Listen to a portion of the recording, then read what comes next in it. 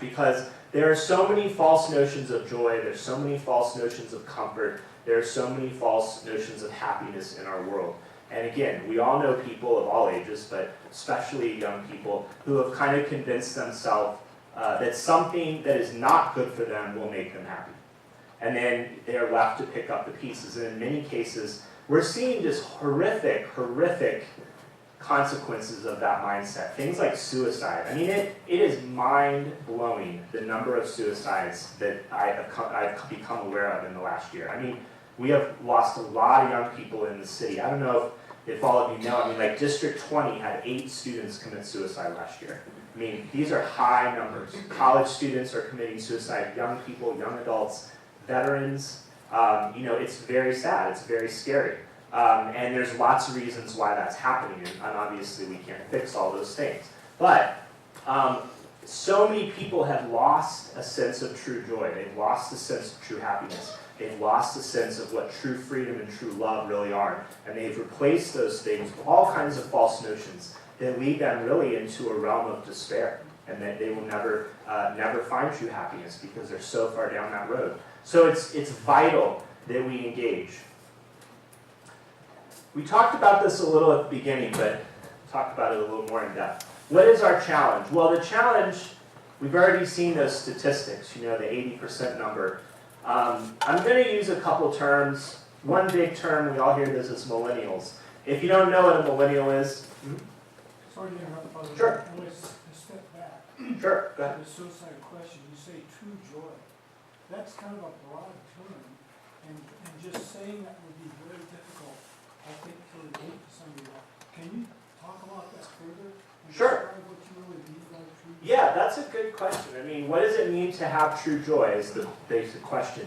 And I don't mean to reduce all these things to just real simple answers. I mean, they're not simple. And I'm not trying to say that someone who is struggling with severe depression or severe issues in their life, you can't just go up to that person and say, Jesus loves you, and that person's going to be like, oh. That's not going to happen. So I'm not trying to reduce everything to just this very simple, very basic thing. But when I say true joy, I would say for me, in relation to the faith, and this is going to come up later, in relation to the faith, I would want people to know that true joy is a complete knowledge of the love that God has for you. And the way we discover that in our own life through our own relationship with God, but I think the way other people discover true joy is by we allow that love of God to radiate through us to others. And I think that's how we engage people in church too. If you go to church sometimes, and I fill in a lot of parishes, and there are many, many Sundays, believe me, when I am tired, I'm grumpy, I'm hot. I filled in Wyman over the weekend with no air conditioning, so believe me, I was not probably the happiest camper. But, sometimes we go to church and we just look miserable. People leave church and they're just like, I'm not just talking about young people either. I see plenty of people of all ages every weekend who look like they're being led off to Guantanamo Bay or something. This is the Eucharist. This is our faith. This is our relationship with God. This is a wonderful, wonderful thing, and do we really, again, it goes back to that baptismal identity. Are we living as though we really are engaged with God? We really believe that God loves us. We really believe that there is no cross that we will be asked to carry that is too burdensome for us. It doesn't mean life is always roses. We know it's not. It doesn't mean having a relationship with God is going to mean no challenges, no anything difficult, just everything easy. There's some great quotes. I think it was Teresa of Avila who said, Lord, if this is how you treat your friends, it's no wonder you have so few of them. So we know it's challenging. But to me, true joy is an awareness of God's love and the ability to let that love shine through you to show others that joy. And I think when other people see the joy that we have in our life, they can't help but ask themselves, where does that come from?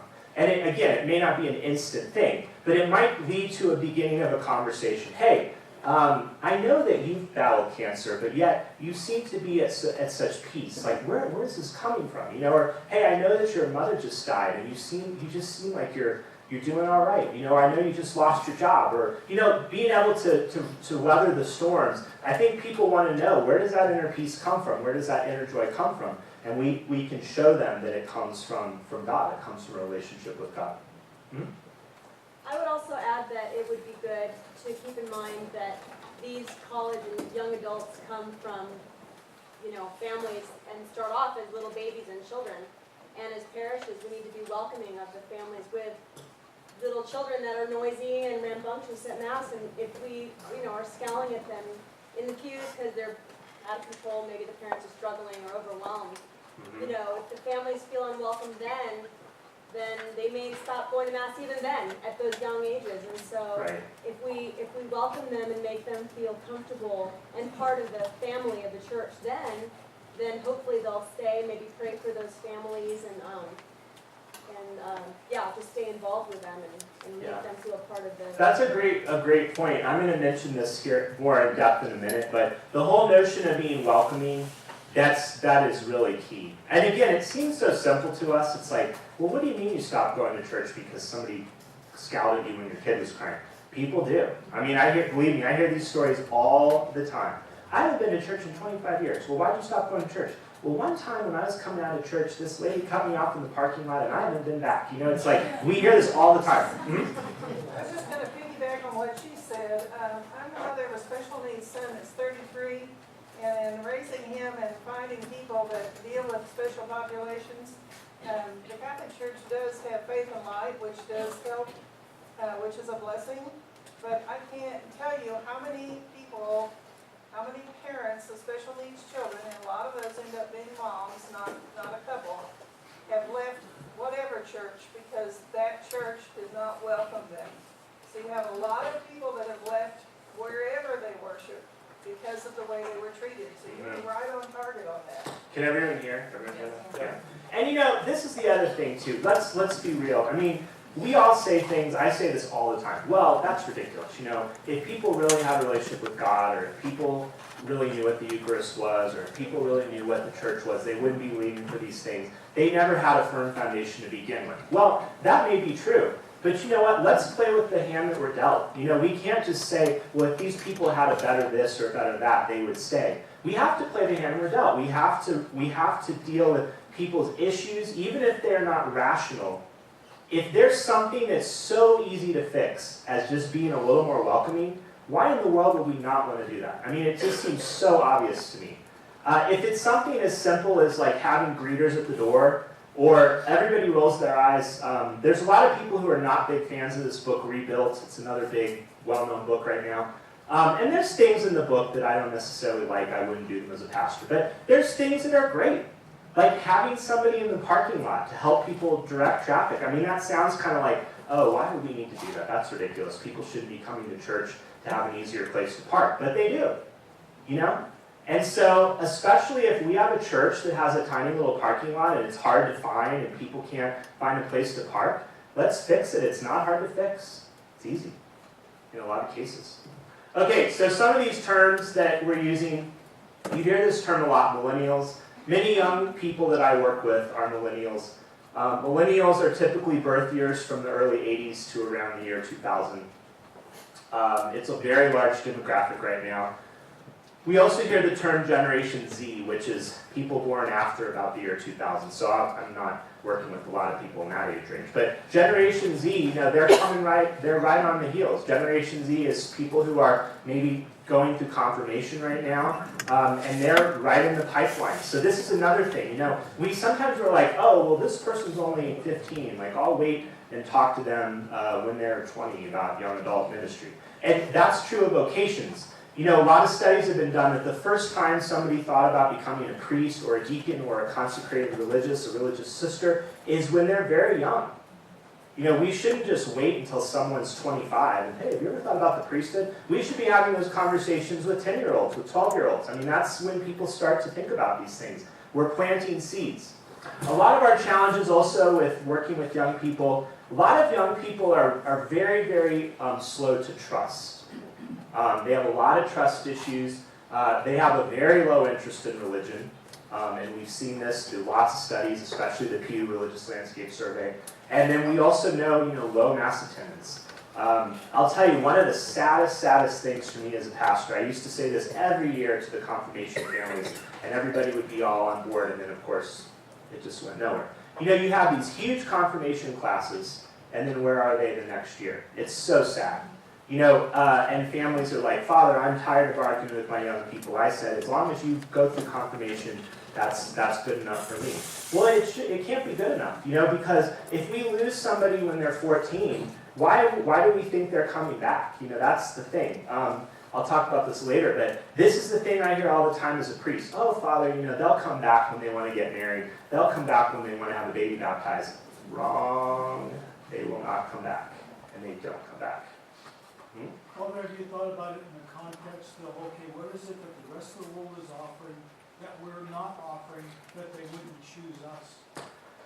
Yeah, that's a great question. The question is, what is the world offering that we're not? The world is offering a false sense of happiness, you know, and again, I don't want to pretend that this is an easy fix, you know, because it's not an easy fix. I mean, we're competing with all kinds of things that are way more popular, way more attractive. Sometimes when I'm on campus, and I can be a little bit easily discouraged at times. Sometimes I just feel like I'm a salesman selling something that nobody wants to buy. You know, like that's what it's like sometimes working with young people. Like just nobody is interested in this. But I think that's really what the devil wants. You know, the devil wants us to just throw up our hands and say, let's just deal with what we have. Let's circle the wagons. Let's support one another. And then when we all die off, then we'll just close up the doors and sell the church and move on. Mm-hmm. Why do you think this particular generation has challenges of trust? Well, I mean, these are like my opinions. I mean, I'm certainly not a sociologist or anything, but I think a lot of young people see a lot of false promises made in the world around them. You know, whether it be, and we don't need to obviously get into all these topics, but you know, things like the political realm, the business world, even sometimes in academia. There was a really, really horrible piece of news on the Today Show this morning about college counseling centers that are just doing horrible disservices to these young people. I don't know if anybody saw it, but it was basically about young people who go to the college counseling center seeking help with being homesick or having borderline depressive thoughts or even borderline suicide thoughts. And the colleges immediately dismiss them. They don't want the liability. You know, so the alternative is a lot of young people are not seeking help because they're afraid they're going to get kicked out of school. So they don't get help, and then sometimes they end up in really dire ways. I mean, that's how we end up with some of these huge problems. Yeah, the military. Mm-hmm. Yeah, I think, you know, again, I don't want to generalize like I'm an expert in all these things because I'm not, but a lot of the veterans I know, you know, you get very disillusioned trying to get help from the VA, so you just stop asking. You know, and that's kind of where I think this low trust comes from, is just feeling like they've been promised things by the world, promised things by society, promised things even in family life, and those things haven't happened. Here's an example. It's kind of a trivial one a little, but obviously a big issue. Something like divorce. You know, if you grow up in a home where you kind of expect the Leave It to Beaver, I don't know why I'm using Leave It to Beaver, because no millennial knows what Leave It to Beaver is. But I'm glad a lot of you know. But, you know, if you grew up kind of expecting this rose-colored family, and then your family breaks up, you know, you're just going to kind of be like, well, you know, this isn't attainable. Good relationships aren't attainable. My parents couldn't hold it together. I'm never going to find true love, kind of thing. I wonder if we should take a break. Is everyone ready for a break? Let's do one more depressing slide. And then after the break, we will talk all positive things. This will be the last sad slide, and then we'll take a break. Is that okay, Michelle? Okay. So, you know, we've talked about this for an hour. We're losing our young people. It's hard to talk about baptismal identity with people who have never been baptized. It's hard to talk about the call to holiness with people who don't even know what holiness is. So that's a real challenge, right? I mean, how do we engage people in the faith if they have no faith?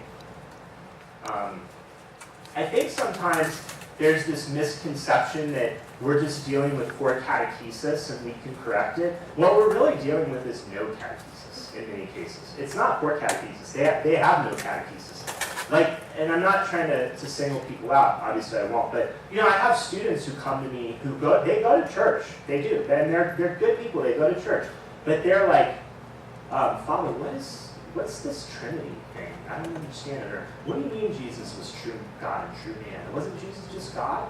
Or what do you mean, this is a real one too, what do you mean the Eucharist is truly Christ's body and blood? It's just a symbol. But I mean, this is what we're dealing with, you know, so we're dealing with, we have to go back to ground zero with a lot of this stuff. So sometimes when we want to talk to young people, excuse me, we're presupposing all this knowledge they don't have.